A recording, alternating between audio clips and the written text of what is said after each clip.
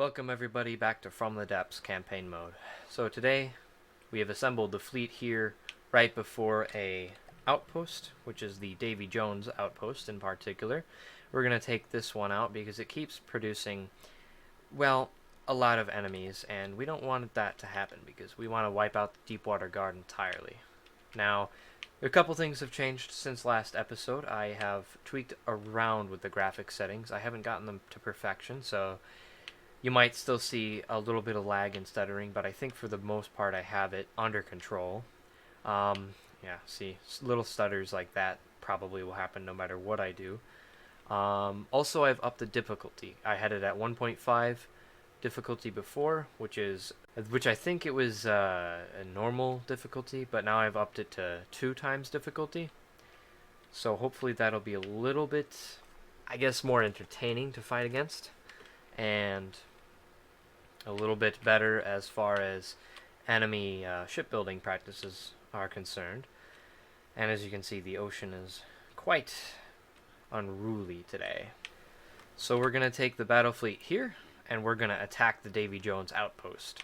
And then after that, according to my spy satellite here, there's only this couple of outposts up here, and then that's it. That's the entire Deepwater Guard. I was thinking about making a farm out of them, but I figured, honestly, if we're going to be fighting somebody else up in here, especially with all this just salvage sitting around, I think we'll be good on materials for a long, long time. So we have a walrus approaching the northern zone of the Deepwater Guard. That won't be too much of an issue. Let's send the fleet in. Let's knock out the Deepwater Guard here. So we begin our conquest of some of their final bases. Just got to turn the AI on there, making sure that we can move around while we're fighting. Devastating missile salvos coming and destroying their outpost here. This is the Davy Jones, I believe, and I'm not sure what that is. That is a fish in a barrel. Well, it quite literally is, because there's no weapons on it whatsoever. Cram cannons taking a massive explosion and chunks right out of the Davy Jones's hull. Looks like whatever cram cannons they have here have been relatively nerfed and neutralized. However, they have a lot of little advanced cannons up in here, which might be a problem if you got too close, but I don't think our battlecruiser particularly cares. I noticed as well that the secondary guns on this ship don't actually have AI cores to them, so they cannot actually aim and fire, and again, the turrets still need to be whipped up, but I can do that relatively easily. So we're just trying to kind of take out their forward base at this point and stop them from sending ships after us. Blocks flying everywhere as their base is slowly torn apart. There's really not a whole lot that they can do. Oof. Lovely hits from the cram cannons there. Absolutely decimating their base. How much is this worth? A lot. Well, to be honest, the resource zone is worth more to me than their base, so I think we will just continue on destroying it. Although it would be nice to capture, just because of the amount of resource it has.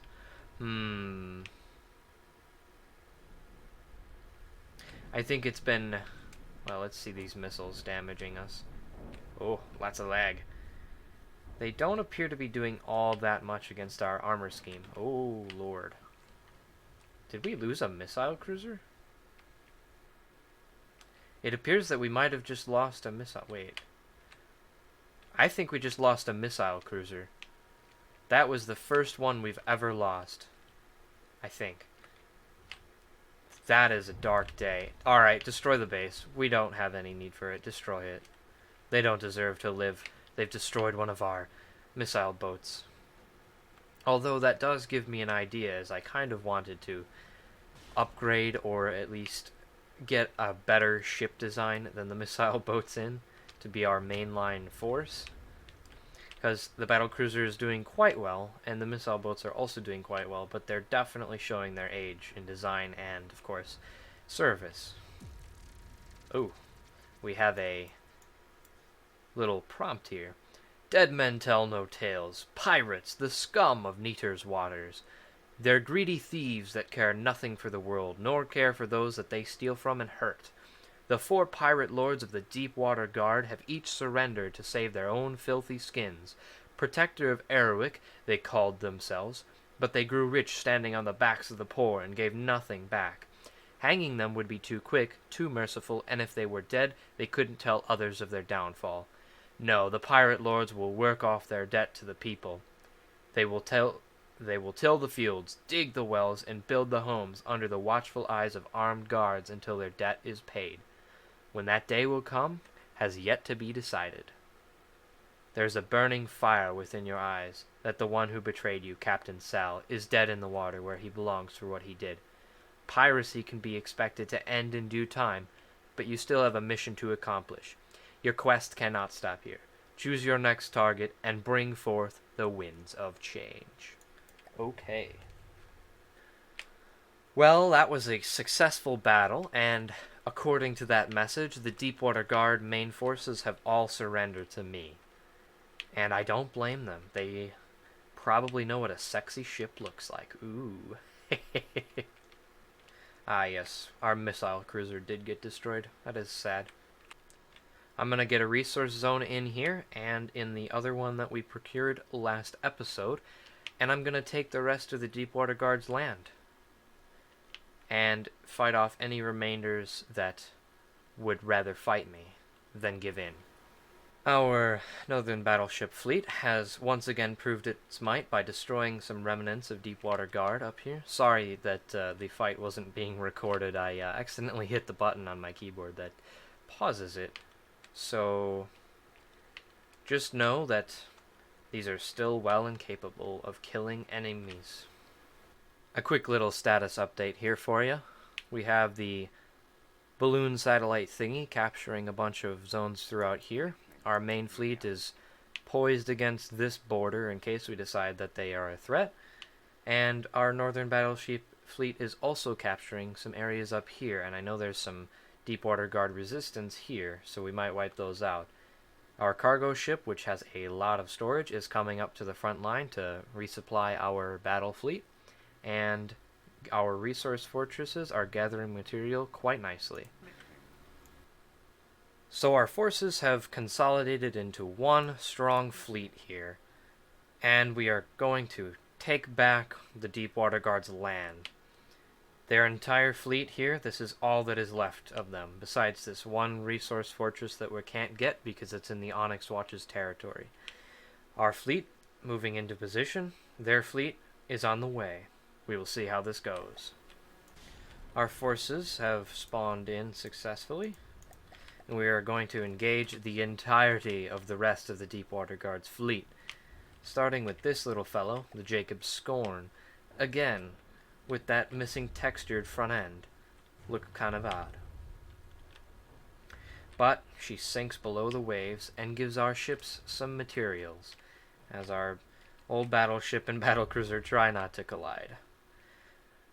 Elsewhere in the fight, their entire fleet looks to be in quite a state of disarray. Their raft-looking ship here, fighting valiantly, but again, at a loss because missiles and cram cannons. As she sinks below the waves, we have very fast missiles coming out of some of these ships. The Deepwater Guard does seem to be at least putting up a good fight here. Our other couple of missile cruisers are over there, as they were not fast enough to stay with the rest of the fleet. Stay. That's what I meant to say. Anyhow, our missiles are coming in, and it looks like they are doing a great job against this river home, which, well, it's seen better days, that's for sure. And she sinks below the waves. Poetic justice for the pirates of the deep. Once again, a tiny little sea viper looking enemy. Oh, wait, no, this is something else. This is a shuriken. Well, it's dead now, but it was a shuriken. That's like, gotta be their second largest enemy. A couple of Vanguard class cruisers coming in here from the Deepwater Guard's fleet. They appear to have been one-shotted by a near miss by a cram cannon. Those crams are pretty powerful. I got some tips in the comments last video as well on how to make a cram cannon a little bit better, so hopefully I will be able to implement them because I have a new design that I'm thinking of. Basically, it's a barge with giant guns and missiles. That's all it is. It's going to be a missile platform. And it may not be armored, or it may be armored. Who knows? We'll have to see. Looks like the Deepwater Guard has been decimated, and of course it's down to the plucky old Marauder here, which we all know how this is going to go. Yeah, that's pretty much as expected. Good try from the Marauder, though. Our ship's cleaning up the last enemy here, which is another one of those Shuriken-class vessels. Shooting in the air. We are missing wildly with the cram cannons. I'm not sure what that's all about. However, we just won quite easily. The old battle fleet never, ever loses. Which is a little bit boring, to be honest. Although I'm sure once we start fighting a more talented enemy, they will be wholly unprepared for what comes. Especially these missile cruisers, as they've taken quite a few shots here just from the fleets that we've engaged in the past. Though that means that now we can take over the rest of the Deepwater Guard's territory, and we will have no more controlled squares by the Deepwater Guard. And we will have to see who we will want to fight next. Steel Striders. Steel Striders are down here? I thought those guys were like up here somewhere. Interesting. Well, I'm going to cut back to when we have all of this captured, and maybe we'll be working on the Atlas to make that prepared for combat. Another quick battle here to destroy their last resource outpost, actually in their territory. This is another Sinner's Outpost class vessel, and we've made quite quick work of it with the entire fleet. Just thought I'd show everyone that. That is the last Deepwater Guard base that we'll have to deal with. One more thing I wanted to mention. As somebody pointed out in one of my previous videos, I definitely needed spy balloons. So I've gone ahead and created like 6 or 7 new ones, and they are positioned around our territory. And some are capturing, and some are just guarding and keeping watch on the Lightning Hoods especially, because they are very close to going to war with us. So we might have to get a little bit aggressive with our negotiations. So looking once again at the faction chart relationships, here's our player, and here's all the enemy factions in the world. Now we have allied with the Onyx Watch here against the Deepwater Guard, and that seemed to work out really well in our favor, so I won't be attacking them quite yet. However, the Lightning Hoods, on the other hand, have decided that they don't like us very much, even after we killed one of their closest enemies. So I think these guys are going to be the target that we attack next. However, the only problems are that the Onyx Watch are friendly with them, so they may not like us as much afterwards, which honestly isn't that big of a concern. But the White Flares are allied to the end with them, so we might have to fight 2 factions on our hands. Though I do think that could be quite fun, if I do say so myself. As of right now, the Deepwater Guard is no more. They have these 2 outposts that are still lingering around in the Onyx Watch's capture zones here. Though our resource is quite impressive, and we should be able to take on anyone that we wish. I'm going to peek a little bit into there. As you can see, they don't like us very much. They are on the brink of war with us at a relationship status of a whole 7.4.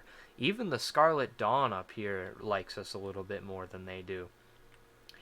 It also does appear that they are at war with the Steel Striders, which could be an interesting faction to fight with. Although, if they are going to help us with these guys, they do seem to be taking a lot of territory. So I think we will do the Lightning Hoods next. This could be interesting, and I've heard that they do use a lot of laser weaponry, which I have not had any experience with whatsoever. So we will see exactly how they fight. So here we have our lovely captured Atlas, and I think that because it's an airship, and because it's so maneuverable and quick, we can outfit this to be a better cargo and supply vessel, as well as a healing capabilities ship. I kind of want it to be a mobile base of sorts, able to heal the fleet when we need it to, and also able to collect resources if it happens to be on a zone. But kind of what I was thinking for this ship is to be not as heavily armored or have as much firepower, but rather have the capability to place down things that do. We don't have a whole lot of resource fortresses over the zones that we have captured so far, so I think this would be a good idea to have, just to be able to lay down a resource fortress whenever and wherever we need it. Welcome back to the conglomeration of cargo containers, RTGs, batteries, and other accessories that is now the Atlas. Yeah, so I felt a little bit lazy, so I decided to... Ooh, that's off center. I'm just gonna leave that. So I felt a little bit lazy, and I kind of just threw cargo containers and whatnots onto this ship. But it floats, and it flies, and it carries over 1 million resource and 1 million power as well. Not too sure what's going on exactly with the flying ability, but that's okay, because I'm sure it won't be in play that much. Yeah, I have removed just about all of its functionality. It has these cram cannons at the bottom still, just for basic defense if something gets too far kind of close to it, but if I ever have this thing in combat, that's going to be like the biggest loss of resource of all time. Especially once this thing makes the rounds to collect all the resource from the other zones and the cargo vessel. Yeah, that's going to be a lot of resource. Either way, though, this will be the kind of rear line helping ship, and it'll be able to heal up, build things, and just be a general storage vessel. And hopefully nothing attacks this, although I will probably try and get at least 1 or 2 escorts for this ship. It shouldn't need them, because I shouldn't have to take it into an undesirable situation. The Lightning Hoods themselves have just declared war on our faction. I was just kind of looking over the fleet, and they've decided to declare war, and they are coming for us. Well, that is fine. We'll get our first taste of battle and the blood of them on our bows. Hopefully, it won't end badly for us. I'm kind of, I'm feeling relatively confident about this engagement. They are moving their forces in to intercept our mainline battle fleet, or at least to defend against us. Ah, and there they go. They have crossed it. They have crossed the border. Let's engage at a long range and see just how well they fight against us.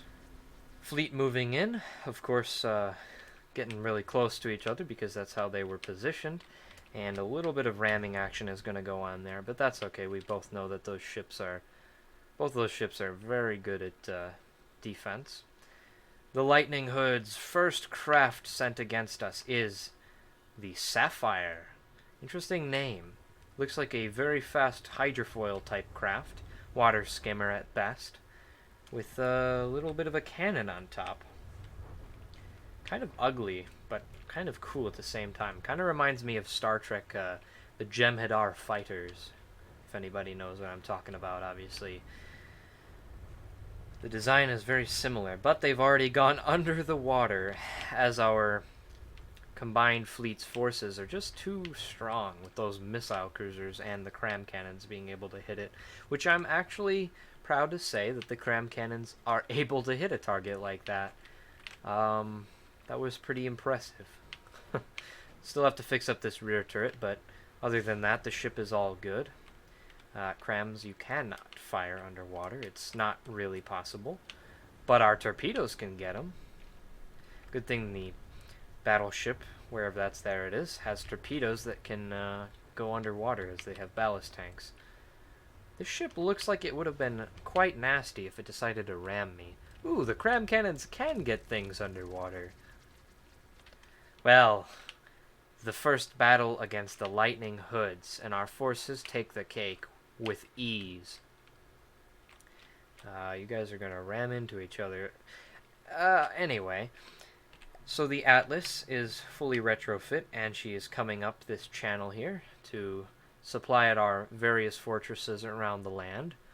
Our spy balloons are keeping in check to see what everyone is doing, and the lightning hoods that have now declared war on us are probably, well, actually, they don't seem to care that we completely destroyed their attacking ship.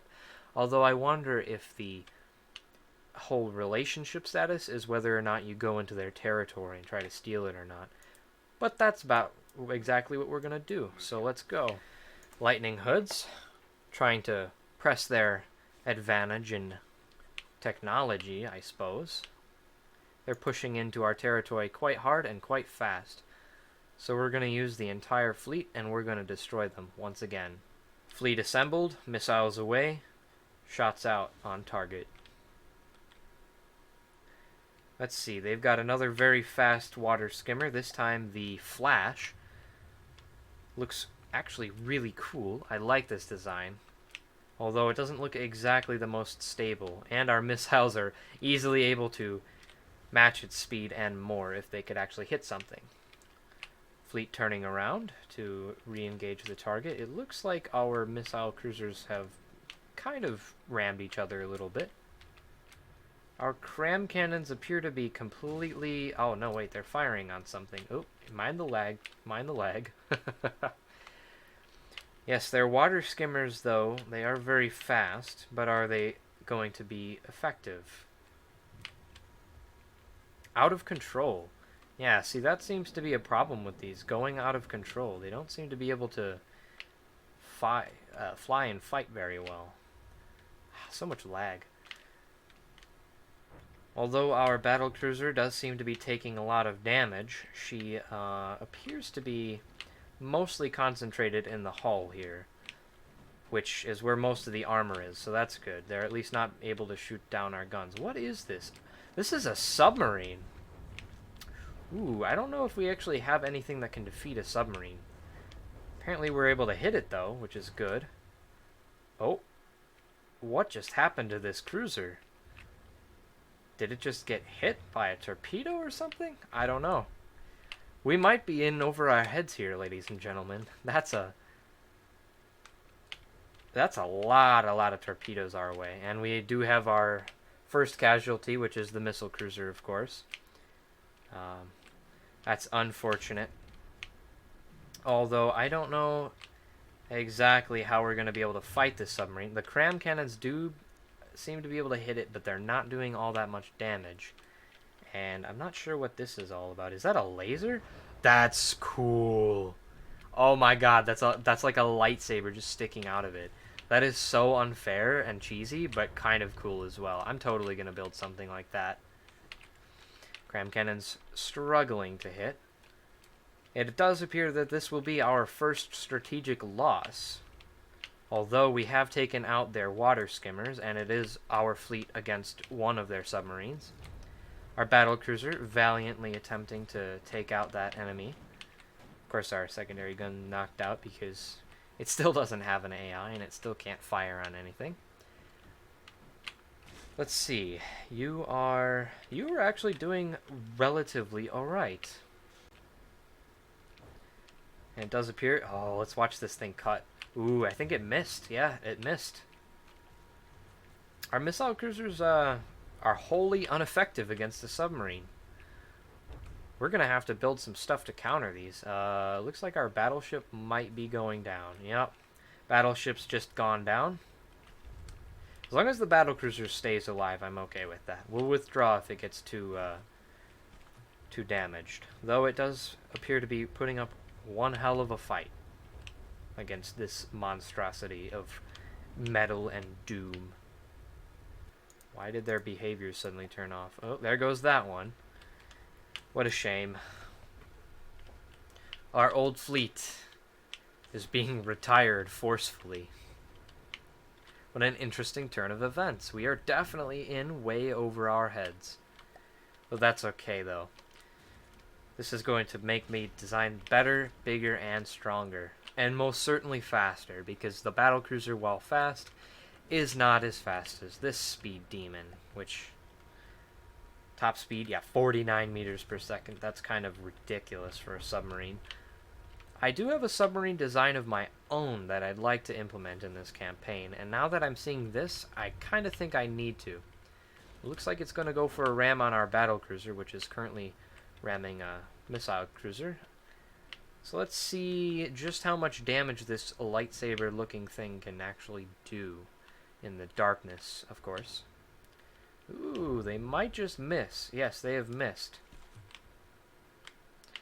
Battlecruiser backing up to hopefully get an angle on with those cram cannons that are pointing through the floor currently, interestingly enough. Though they don't appear to be very good at turning this ship. Cram cannons doing a little bit of damage, but for the most part bouncing, although we can see their internals now, which is a bit nicer. Ooh, our missiles might actually be able to hit this thing because it's surfaced now. I see what I did. I hit the AI off instead of the weapons off for those, but that's okay. Missiles, if you got anything, use them now. It does appear, though, that we might be able to take the cake on this, although it was pretty close. Yeah, cram cannon shots starting to be more effective now. Missiles able to track it. Going out of control like those other ones were. Excellent. So it's not a loss after all, as long as this thing can be destroyed. And it appears that it is. It's going out of control and sinking.